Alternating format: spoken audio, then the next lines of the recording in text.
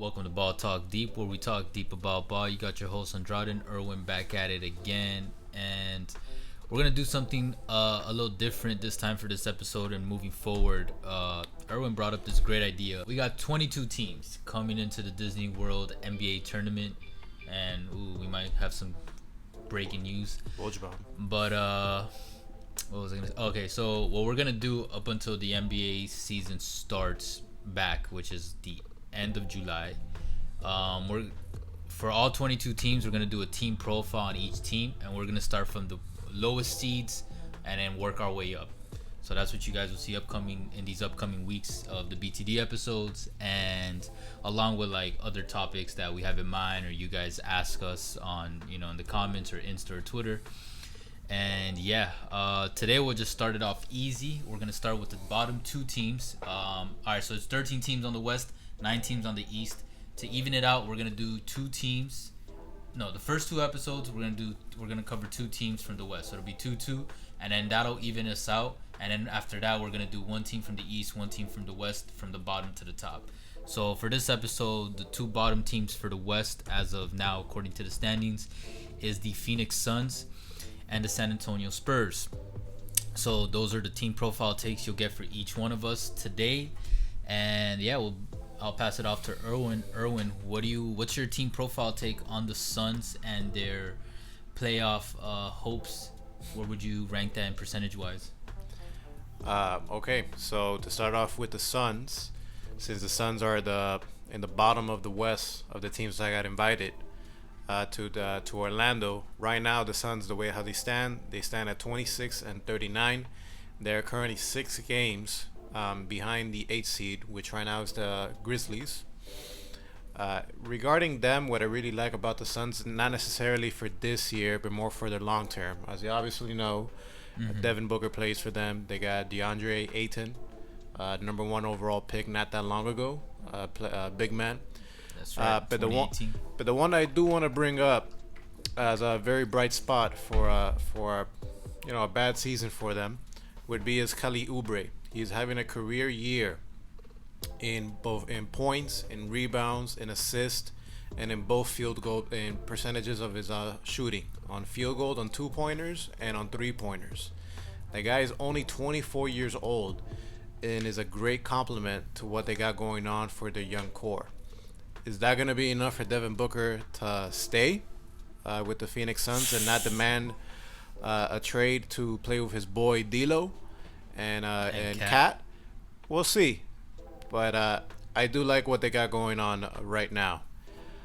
For this year, their playoff chances is going to be Where would you put it? I'll give them a 1%. 1%. Dude, they're 6 games back. They're only going to play, I might be wrong, they're going to play 8 games, if I'm not mistaken, regular season games. Dude, even if they hypothetically win all games, they're going to need a lot of help for that to happen. I just don't see that happening. Yeah, I feel you. What do you think, Andrade? I'm going to have to agree with you. The Phoenix Suns were the last team from the West invited to Orlando. They're currently 2.5 games back behind the 9th seed. Not even the 8th seed, the 9th seed. So there's very little hope for them to leapfrog in the tournament. I think they were just more invited because maybe statistically speaking, mathematically, there was like a decent chance.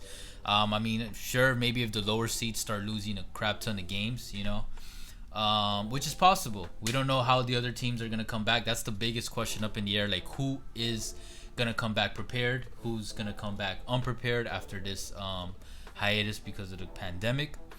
I mean, for all we know, maybe Booker and some of his other teammates like Ayton and etc. come back super sharp. The Suns are known for having a good health training, how would I say it, team. I think they're I've heard this like a couple times. I think on the jump, like considered one of the best ones in terms of trainers, and I think the Heat have also gotten a few, like 1 or 2 trainers or other specialists from the Suns. So there's that. Maybe that'll give them some chance. But right now they're 26 and 39. That's 0.4 for the standings, and they don't really have much at stake. I think the biggest benefit for the Suns coming into this tournament will be basically, and the benefit they would have had if the season just kept going if the season just kept playing off and they got into the playoffs, which is it gives Booker and Ayton a little more time to like gel together and play some serious games, and the rest of the team to like build chemistry. And like what Erwin said, like for me the Suns, it's more of a macro, big picture future, like.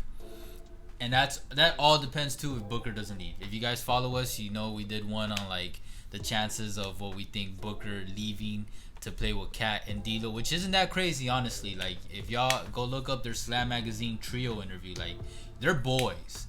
They're boys. They're not just friends. They're like legitimate boys. So yeah, and I mean we'll see from here.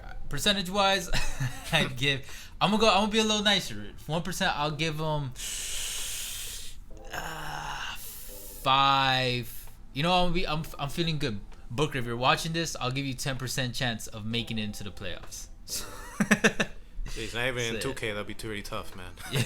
In real life. I mean, it does a 2.5 behind the 9th place like standing. That's not even 8th. Like, damn, that's hard. And you only get 8 games to play, so it's like, yeah, cards are gonna have to be heavy in your favor.